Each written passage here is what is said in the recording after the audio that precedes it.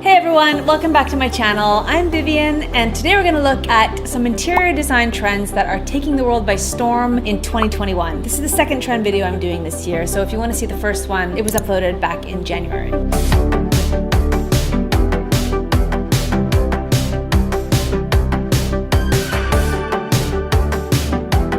This one's a pretty big deal because it's influencing so much of what we're seeing right now in the design world. A lot of the trends that we're going to look at today are actually coming from this postmodern revival. Postmodernism is a style that came about, in the interior design world at least, between about the 1970s and the 1990s, mainly as a rejection of modernism, or what we identify in the design world as mid-century modern. So we're seeing lots of curvy, sometimes amorphous and blobby shapes, which are the opposite of the very functional, sometimes a little rigid mid-century pieces. Interestingly though, it's not all about organic forms, because alongside all these curves, we're also seeing the use of very simple geometric shapes like spheres, arches, and cylinders, and that's the influence from the 80s. This trend is definitely not going to be everyone's cup of tea, but if you are a fan and you're interested in learning more, then definitely check out my video on how to decorate postmodern, where I go a lot more in depth on the topic.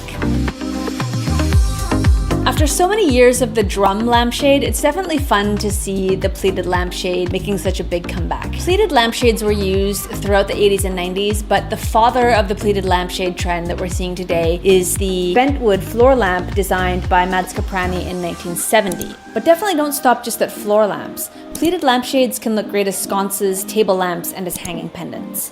The key to keeping the pleated lampshade looking fresh is definitely to get a contemporary base. So if you find a pleated shade, say at your local thrift store, but you don't like the base, definitely don't be afraid to buy it anyways and just swap out the base for something a little more up to date that you like more. If you don't have any luck finding anything at your local thrift stores or flea markets, I've left a link in the description to a really cool Danish Etsy store that sells a variety of fantastic pleated shades. So be sure to check them out. The shop is run by two girls named Tina and Kate.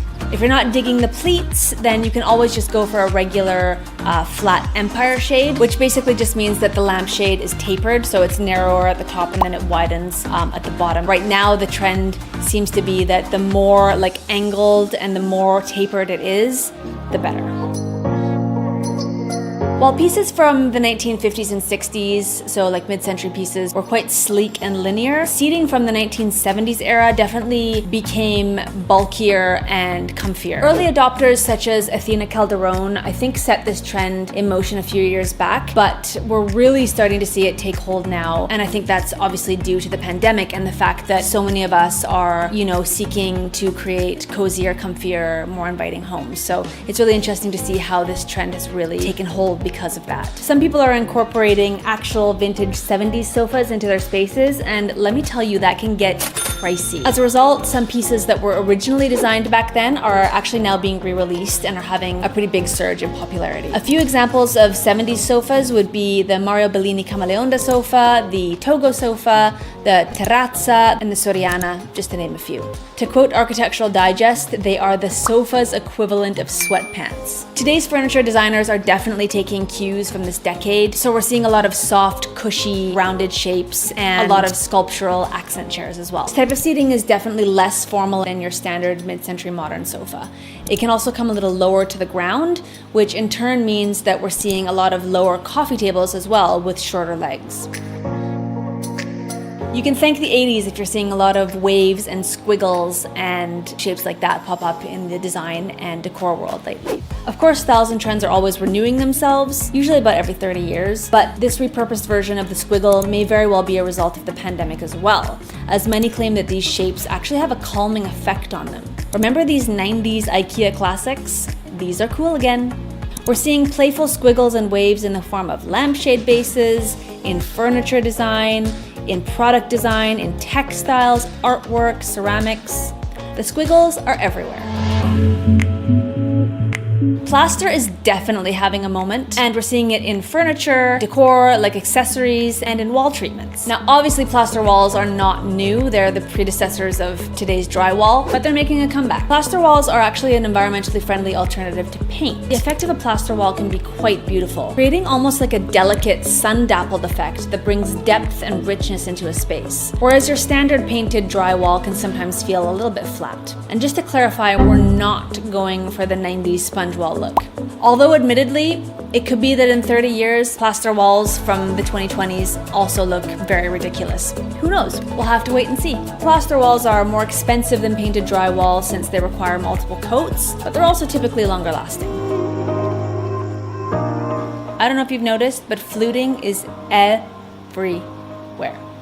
Kitchen islands, headboards, feature walls, sideboards, furniture hacks, glassware, side tables, you name it. Fluting, also known as reeding, evokes classical elements, think ancient Greek columns, and adds subtle touches of luxury to your home while also adding texture.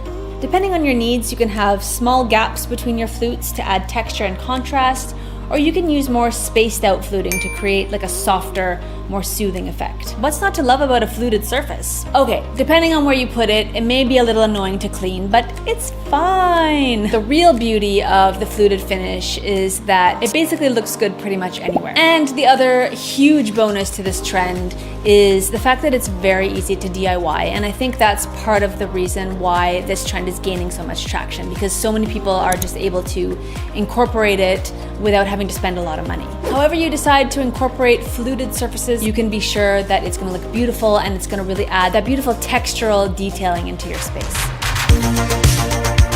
Speaking of classical elements, let's talk about marble. Marble obviously has been around for centuries, we all know that, but the marble trend that we're seeing right now is the use of very bold, high contrast veining. So for example, marbles like Calacata Monet, Paonazzo, and Arabescato. This type of marble is much more expensive and rare than your standard Carrara marble, and here's why. As you can see, Carrara marble is a bit muddier and it's not pure white, whereas Calacata marble has a much cleaner veining and a crisp white background. The way it works is that the more distinct and uniform the veining, the more expensive the slab is. And the whiter the background, the more expensive the slab as well. In kitchens and bathrooms, we're seeing the use of a lot of large single slabs.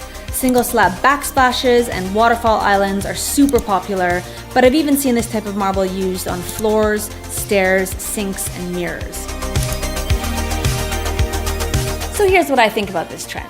I think it's beautiful, but I would recommend that before you spend a lot of money on a very expensive piece of marble, really ask yourself, is this distinct look something that you think you can live with for the next 10, 15, 20 years? If the answer is yes, that's absolutely great, go for it. If you're not sure, then I would maybe tread a little bit more carefully. I think it's important to remember that a lot of these trends that we're seeing are stemming from the spaces of very, very wealthy people who won't necessarily even think twice before entirely renovating their kitchen every other year.